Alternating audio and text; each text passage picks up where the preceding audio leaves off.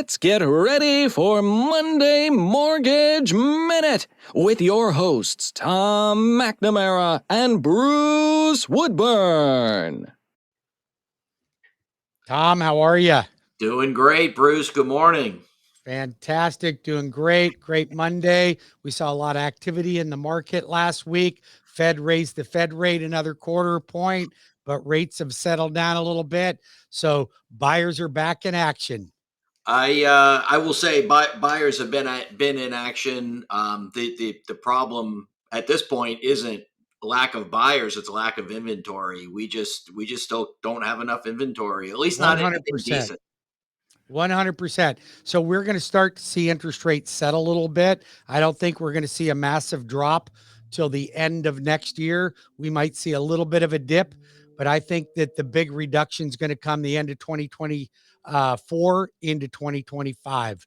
That's Okay, what I believe is going to happen. that's So fair. I did see that the Fed has indicated that they're not going to raise rates next well, raise. yeah, they haven't indicated there's utterances to that effect, right? That's what I mean So by that's indicated. They're yeah, floating the idea, right? all that Powell has to do is kind of lead you to believe that, yeah, we're considering no more increases. Yeah, But it's the central banks are still putting pressure on us. Yeah, for sure. Mm. So, but yeah, I mean, they haven't really gone up anymore recently, and No, matter of they've fact, actually gone down. yeah, I've seen it. I've seen it come down. So, but I'll tell you what. Right now, the number one thing that I'm seeing, and I'm seeing it all over the place, everywhere, is all this misinformation about the loan level pricing adjustments, and I think we've covered it 3 times now. At least 3 times. We were covering it 2 months before it actually went into place. But So I'm still seeing it. I'm still seeing people saying silly things like I'm just going to go ruin my credit now, and why bother, and it's unfair, and all this other stuff. So I think I know you created a chart for us so I so that did because we could take a look we at it. we got to talk about what really is the reality. So this is an archaic chart, okay? Like this is me physically putting out numbers from a grid and seeing who benefited and who lost a little bit of money, okay? Now, the results of this are at the end of the day, if you have good credit, you're not going to get a worse interest rate than somebody that doesn't have good credit. That's a bunch of baloney. It's not going to happen. But we can see on this chart, and we can start at the top at a 780 and above score. If you put down 25 to 20 to 25%, 25 to 30, 30 to 40% or more, you actually improved on your pricing. If you put down 15%, you got slightly worse. Now, this number, 3/8, does not indicate how much more you're paying. I had to take a chart from the old pricing adjustments to the new pricing adjustments. This number does not tell you how much it got better or how much it got worse. It's just telling you who got worse. But for instance, this number, even though it says 3/8, the previous pricing adjustments might have been a quarter of a point that you would have paid for that at Okay, that score. And now it's 3/8. So you got worse by an eighth of a point. So I don't want people looking at this going, oh, it got worse by a 3/8 of a point. It did not. It was got you, somewhere got between you. an eighth and a quarter. These two categories stayed the same, and this one got better. Now, look at. So in other words, if you put down 3% down, you got better than you would have it before the pricing adjustments. Before the pricing adjustments, Before right? the pricing adjustments. Yeah. So So, now all these areas of yellow, Tom, uh huh. are ones that got worse. But again, they didn't, like this one didn't get worse by a point and a half. It might have been a point and a quarter before, and now it's a point and a half. Right. Okay. So most of the adjustments, is it fair to say most of the adjustments are somewhere between an eighth and a half a point? Yeah, and even a half a point would be a stretch. So usually between an eighth and 3/8 of a An point. eighth and three Most eighths. Okay. most of these adjustments are an eighth to a quarter of a point. So worst case, if I was going to pay a 6% rate before, I'm going to pay 6 3/8. Best case, I'm going to pay No, six. these are not to the rate. These are to the Huh? discount points. All right. So help me Yeah. understand that. What does that mean? So in other words, let's just say that let's take a 680 to 699 credit score at between uh, 10 and 14% down. Okay. 10 Okay. to 14% down. That's between 90 and 85.1%. It's it got worse and it's costing you a half a point.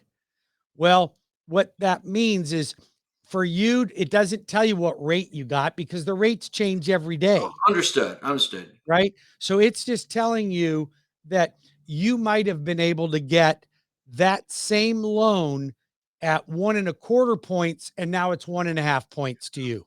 Okay. So this is the one-time origination It's charges. one time. Got It's it. not an over the lifetime. And that's why the news is making this thing look crazy. And I know. listen, look at these people that are in this upper echelon with these higher credit scores. They're like, they may be like, oh my God, it cost me an extra half a point. It didn't cost you half a point. It might have cost you an eighth of a point, which would be a 125 bucks per 10,000, or you know, $1,100 per $100,000. So Got you. Got you. that Okay. All right. So okay. Well, that makes sense. So it's only impacting what it costs to actually originate the loan, not the actual rate right. itself. But let's look at these buyers here. Here's your average buyers.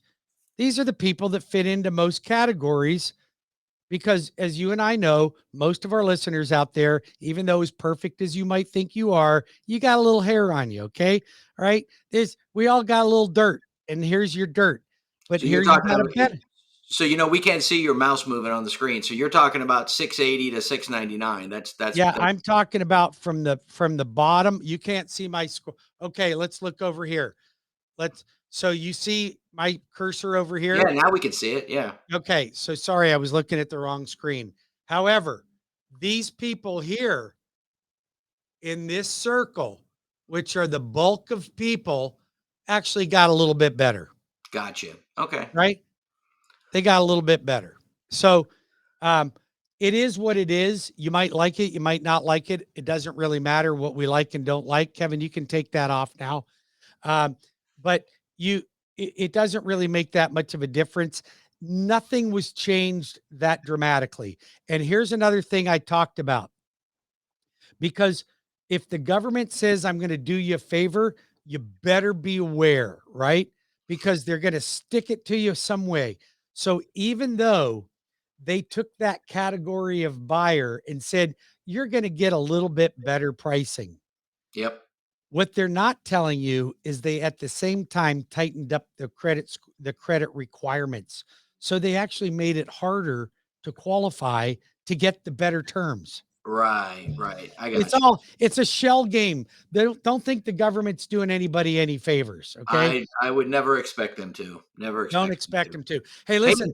but there was something that we were talking about earlier, about when I refinanced last year, and as soon as my credit was pulled, I got inundated with phone calls. I Okay. mean, it must have been 10, 15, 20 a day. So I want everyone listening to this, whether you're in the real estate business or you are a consumer, to make note of this.